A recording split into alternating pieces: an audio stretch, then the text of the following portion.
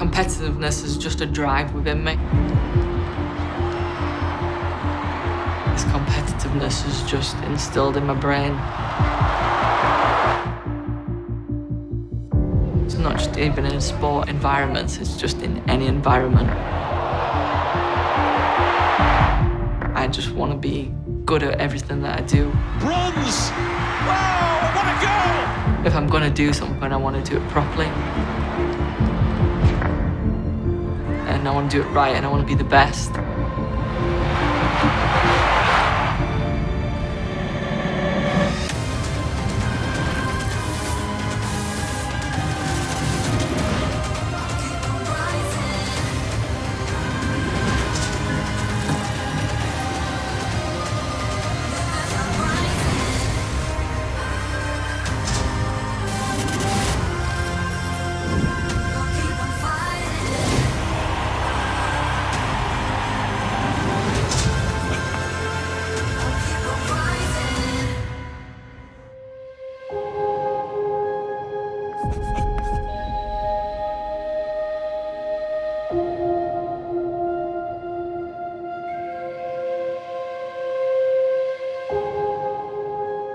I think people sometimes didn't realise how good you were because you were the full height, you wore adult-sized shoes. And then if I then said, oh, she's 12, it's like, oh, right, she's not just good, she's, like, amazing. What awards were them ones? What did you win for? One of them was top goal scorer. Top goal scorer, yeah. That, I suspect that's Manager's Player of the Year. I think football's brought me everything in my life. In everything that I do, I'm always thinking about, is this good for my career? Is this good for football? I love watching football. I love watching men's football, women's football. My dream house would be to have a big football pitch in the back garden with the big nets and stuff so I could just go out every single day. What's this? Where's your mum? Where's Luce? Come get Luce. Woo! When they did a toddler checks at the doctor's, and the doctor, she was like 2-year-old, the doctor said, can you count to 10? She said, in what language? My dad's Portuguese, so I've been brought up around languages. Her dad only spoke Portuguese to her at that point, but that gradually Faded out. faded because they always answered him in English, so he got sick of it. The only time I've used Portuguese was when Roberto Carlos was sat behind us. And he had a seat next to him spare, and we were all sat in a row with all the girls, and Ada had the Ballon d'Or like this. And she was like, and I was like, you can't put it on the floor. So he tapped and said, we'll put it here. And then I turned around and said, in Portuguese, oh, be careful with that. And then he started speaking back to me, and I just was like, No, too much. I can't speak Portuguese. Can I just point out, that's your hair still growing out from when you got him to cut all your hair off. When he cut it all. Because it was getting in your way to play football, so you didn't want long hair.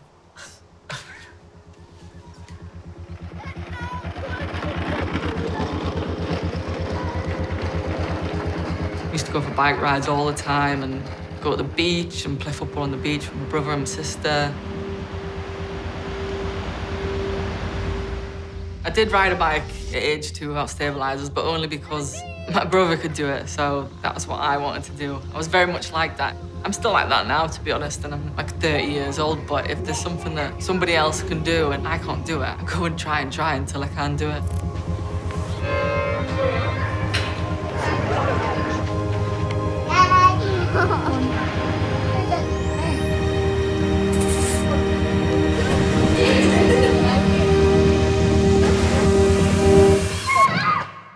So you're already doing it where if you're playing cards, you turn it that way, so you've got a better chance of winning.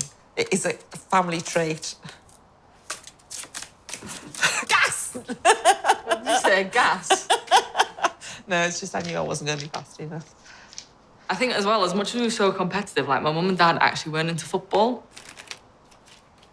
I didn't have a football team. I didn't support a football team.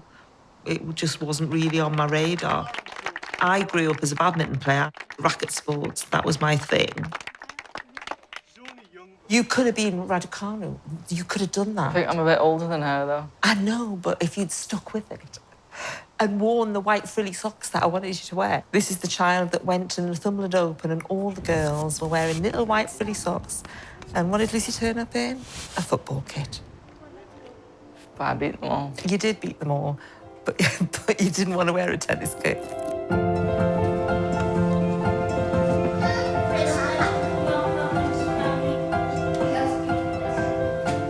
I've always been shy. I really struggled at school with that, struggled in new teams and new environments. I just never felt comfortable. I couldn't imagine myself playing in a sport that isn't a team because I just enjoy having that support around me. I think when you're not confident, you know, you've got a team around you who can make you feel that way, or you've got other people around you that you can lean on a little bit, or you can help push them, and I've just always enjoyed that. Growing up, I had no desire to play for England, to play in a World Cup. I'll be honest, I didn't know it existed. I just played football because I absolutely loved it, and I was so competitive that I just wanted to win when I was playing, and it was that simple. When I obviously turned 12 and realised that there was men's football and women's football, again, I was like, is there even a World Cup or a Euros? I still didn't know. You've both taken so long and I've already took 2. But the first time I remember you making a point about a female footballer, we were playing some mini tournament and you had me on trying to get a Rachel Yankee shirt. And you didn't get me one. I couldn't find, well, Think, you couldn't get them. Nowadays, you wouldn't think anything of it. You would just buy one. Get up a picture. When she was 11, she played for a boys' team, and at the end of the season, the manager came to see me and said, you need to do something because Lucy's pretty much the best player I've ever seen. She needs to carry on playing, but I'm not allowed to have her play for my team next year. And I was just, what? Is it because she's a girl? And the rules say that as a girl, she's not allowed to play for a boys' team next year. And I had no idea. So I thought, all right, well, what can I do? Find out some addresses, write to people. And I got a letter back saying, we can't allow a girl to carry on playing in case a girl gets hurt. That's what it actually said. And I'm thinking, well, this is a bit mad, because at 11, you were bigger than most of the boys. My mum and my auntie would sit at the table and they would be so mad, and I'd always be sat thinking, oh, why are they so angry? Like, I can still play football. But I think as I've got older, I've realised what that was about. I'd rung the FA because we wanted you to carry on playing with the boys at the end of the street. And the FA said, it's all right, just go to Sunderland. I said, but she's car sick and it's an hour and a half's drive. And you were 11 and you'd been to school. Dad used to pick me up. I'd get in the car, eat, train, he'd be sat reading the newspaper, drive home, and it was pretty much go to bed. You went on the internet and Googled, like, women's football. Yeah. That's why North Carolina came up. I mean, look, you were so excited. I don't think you could quite believe that there was all these people playing football. I think people had mentioned America was the best place for women's Yeah. football.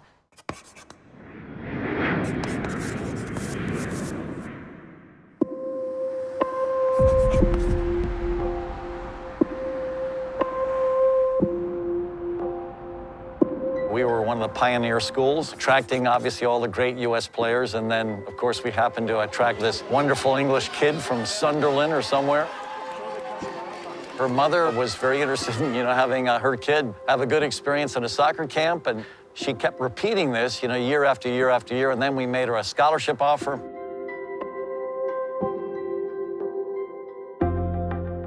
I was always told that I was too competitive, I was too driven, I was too aggressive. It was always too much, too much, too much, instead of just, oh, this is amazing, you're so competitive. But I went to America and they were like, you think you're competitive? Try Megan Klingenberg. They were like, I'll show you, which it made me feel more at ease that everybody was similar to me. 17-year-old comes in, and all of a sudden she's playing against these older women, and she's fighting for her life. She's trying to get on the field. If you want to develop into an elite player, you have to embrace competition. So Lucy checks every single box. Having that experience at a young age in America is probably the most important thing in my career. To go toe-to-toe with Tobin Heath at the time, or Ashlyn Harris, or whoever else it was on the team, I just thrived off of that. What I liked about her is her ability to run with the ball with confidence, aggressively, try to take people on. She did improve remarkably over the course of the 4 months. She wanted to make a difference in her game, and she did.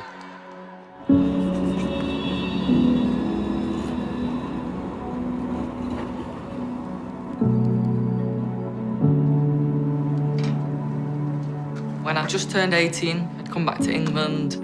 I was playing for Sunderland, then I went to an England camp. Basically banged my knee. And bursa, my knee was really swollen, it wouldn't go down. I ended up getting an injection that actually infected my knee. So I got rushed to hospital, had my knee cut open. England called me up and said, you've just had this major knee operation, infection, you should have looked after yourself better. And just said, you know, we won't be picking you for the summer because you won't be able to get fit now. Me being me, I was determined to prove them wrong. Trained hard, not knowing that I needed to see a physio. So basically my other knee started to hurt. No one diagnosed it at the time, kept playing. Finally, they sent me to a doctor and straight away just said, you've been playing with a torn meniscus. So I had surgery on that. Oh, you got this. The surgery that I had basically took away over 70% of my meniscus. So I've just been playing the past 10 years in pain. I've had to have 2 surgeries since just to clear it up. My leg's gone purple. When you have a knee surgery, I actually don't care that I can't walk. I care that I can't kick football. Okay, give me what you can. 2, 1, off we go.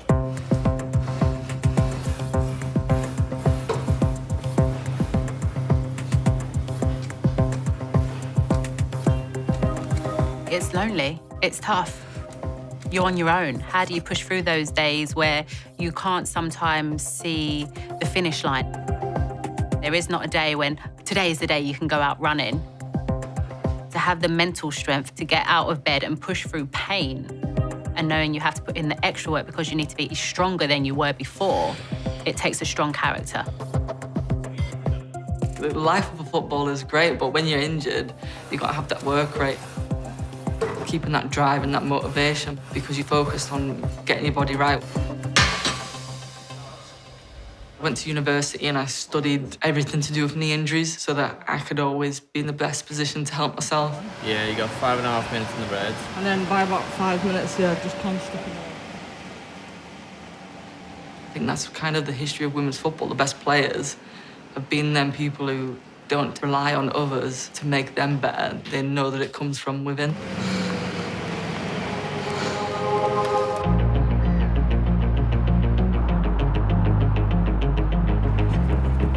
The England shirt meant a lot to me because I waited so long to get picked.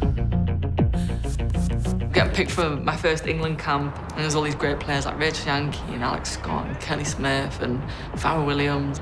Yeah, it was like the players that I'd kind of watched in years before, growing up and thinking like these are amazing. Straight away I called her Lucia. There was just this connection and a total respect for one another, but ultimately that cheeky, I'm gonna take your place, and me throwing it straight back, no you're not. Or when you do, I know you're ready to. We used to compete, but it's probably the healthiest competition that I've ever heard of. I remember one of the first conversations I had with Alex, and it was like, I'm so glad that you're here.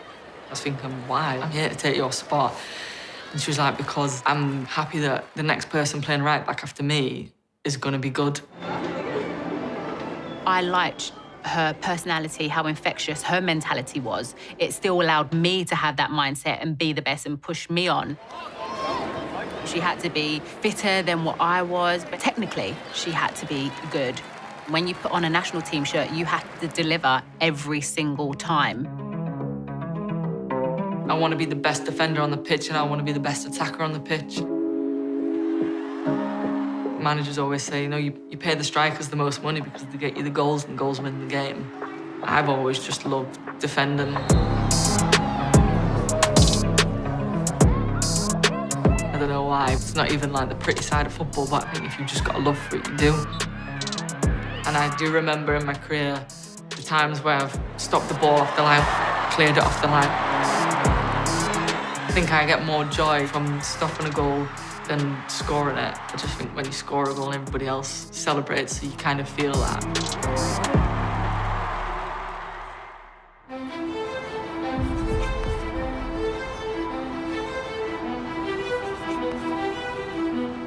The England manager at the time sat me down and said, look, Lucy, you were the starting centre-half. You were fighting for a spot at right back with Alex, but obviously you've been injured.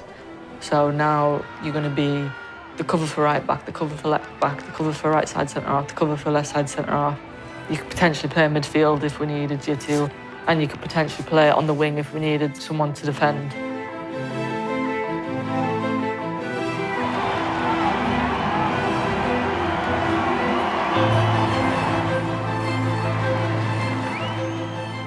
I had no idea what impact being in Canada at the World Cup was going to have on my career. You know, I went into this tournament as a squad player. I came out the end of it as a household name. Bronze! Oh, what a goal! That's absolutely superb! But it came to Lucy Bronze, and she absolutely smacked it into the roof of the net. We started getting stopped by people. Before that, it was, I'm going to a women's football match and people would go, oh, women play football, really? And people were stopping me going, is your Lucy playing tonight? Free kick in deep towards the head of Bronze, off the bar, and it's crossed the line. Canada was a huge tournament, just set off women's football immensely. Lucy Bronze makes it 2-0. We'd never won a knockout game in the World Cup, so it was all new. We were just happy to keep getting to the next game and just riding on this wave of success. Here comes Farrah Williams for England, sends the goalkeeper the wrong way. The full-time whistle goes. England have beaten the Germans. I'd never in a million years think that we were going to go there and win a medal for the first time ever, and we ended up doing that. And in Canada, the time difference was so different that I didn't really understand what was going on back home. And then I came back to England, and everything was completely different for me. I had that presence in women's football where people knew who I was and what was expected from me.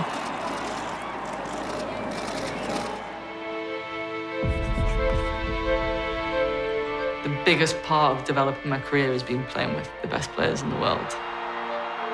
Part of the reason I went to Lyon and signed for the best team in the world is to push myself to be better.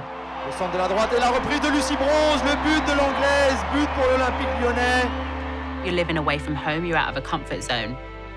How are you going to handle that when all different things are thrown at you? Proving, once again, that you have to be the best even though you know you are. You know, as a player, you can either sit in a comfort zone or actually it's that mindset, no, I need to challenge myself to go up another gear. And that's what Lucy did going to France.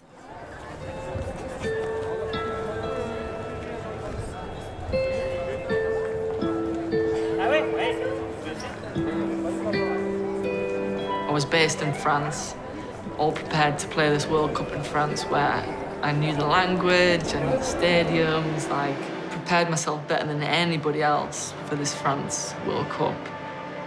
I was definitely prepared for the tournament and for what we had to achieve and what people were expecting from the England team as more of a favourites.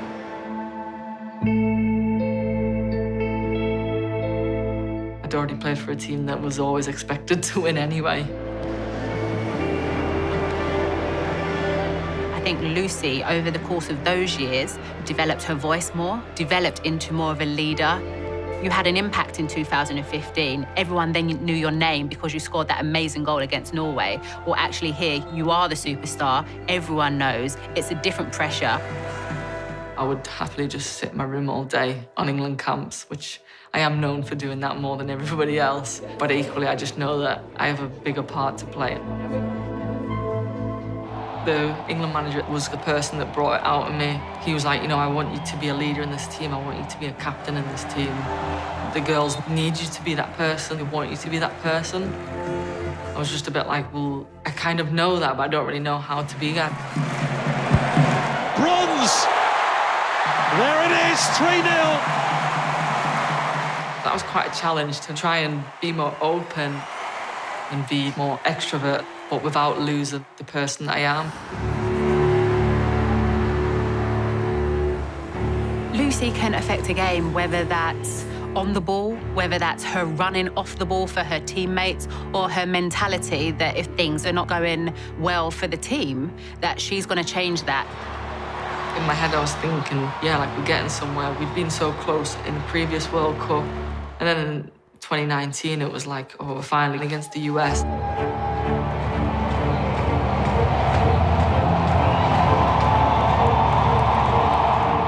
As a squad, we finally got to that place where being in the World Cup semi-final was comfortable for us.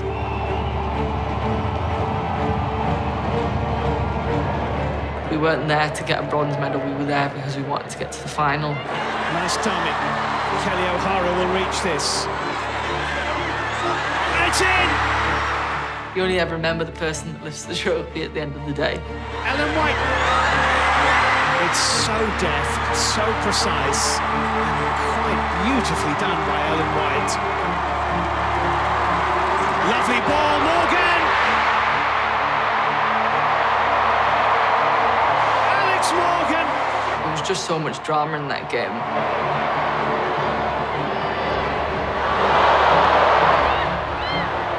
Ellen White's in for England, and Ellen White scores!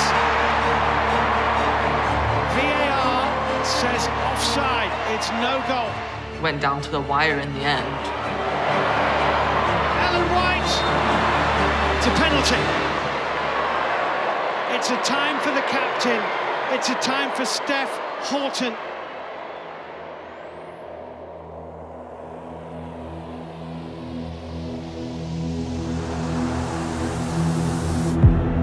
Save! 2019 World Cup was a kick in the teeth to the English team.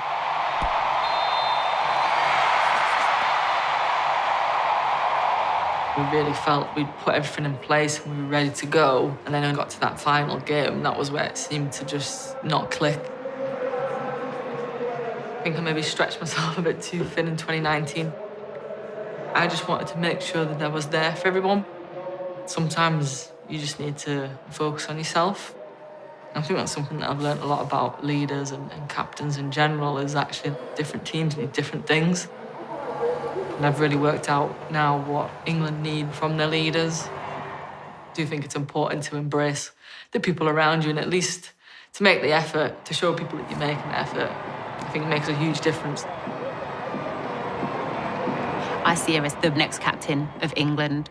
You need to use your voice, use it in such a positive way to help drive in our women's game and grow it and pass it on.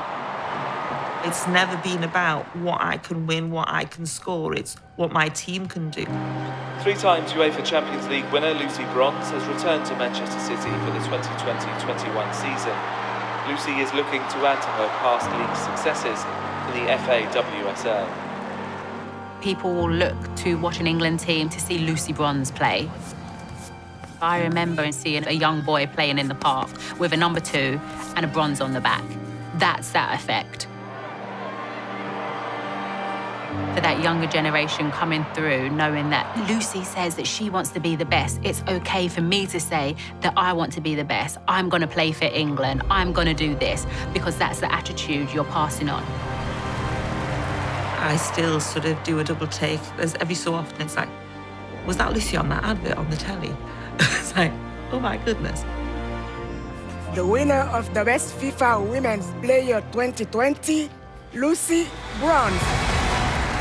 For a right back to be considered the greatest player in the world, to ascend to that level and to get that kind of recognition, I think she's done something that's been unique.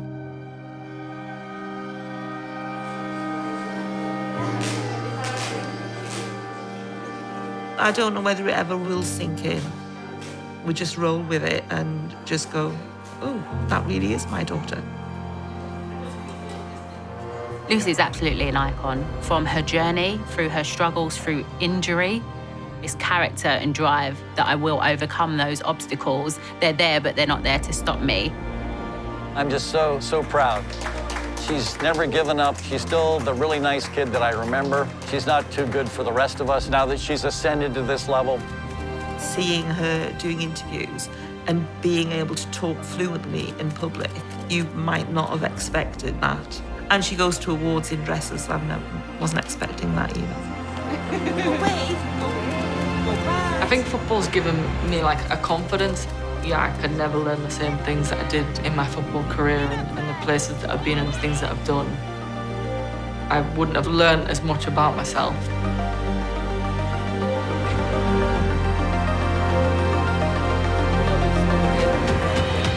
My ultimate goal with England always has been to win a trophy. I want to win a trophy to feel like I've really accomplished something with England. I'm going to do everything that I can and push myself and the people around me to really lift English football and women's football in England to another level. We know the influence that men's football has on the country, and we want to be part of that and really have that experience that can change the nation.